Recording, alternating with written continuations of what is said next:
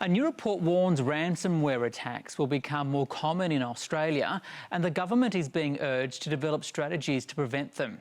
Company directors could also be held personally responsible for cyber attacks under new standards being considered by the federal government if they don't take sufficient action to mitigate their risks of falling victim. It's a threat you can't always see, but its impact can be crippling.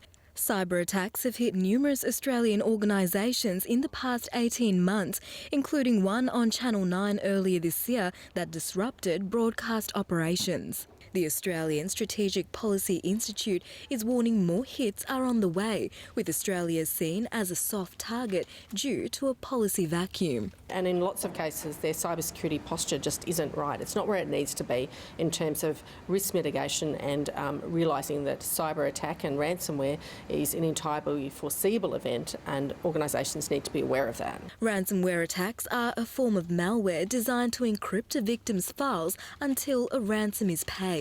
That is data that comes from their clients, their customers. So they need to be securing that, and they need to be looking at their own risk management.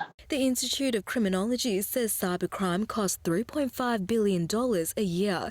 And while Australians spent nearly $600 million dealing with the aftermath of cyber attacks and $1.4 billion on their prevention, only $389 million was recovered. The federal government is now considering extra responsibilities for directors of large Australian companies, so they're obligated to mitigate their risks of falling victim. A threat that's not just confined to larger organisations, with more people now working from home. And those computers are not secure unless they're given a work computer that is fully secure and that is fully managed. Angelo De Silva is an IT consultant who says companies need to take the time to educate themselves and their staff on how to avoid a cybercrime. The number one threat for any business is the employees. So educating the staff will definitely help the businesses. That is the most important thing for a lot of businesses. While some experts want the reporting of such attacks to be mandated, the government says it wants to trial a voluntary approach first.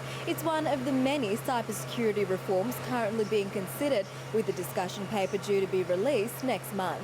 More clarity on the legality of ransom payments is also being called for. For example, in the United States, it is not a criminal offence to pay the ransom as long as they're not paying what's known as sanctioned entities, terrorist organisations. We need the same clarity here. The Australian government's response: So definitely do not pay a ransomware claim at all. Hashayla Kumarawansa, SBS World News.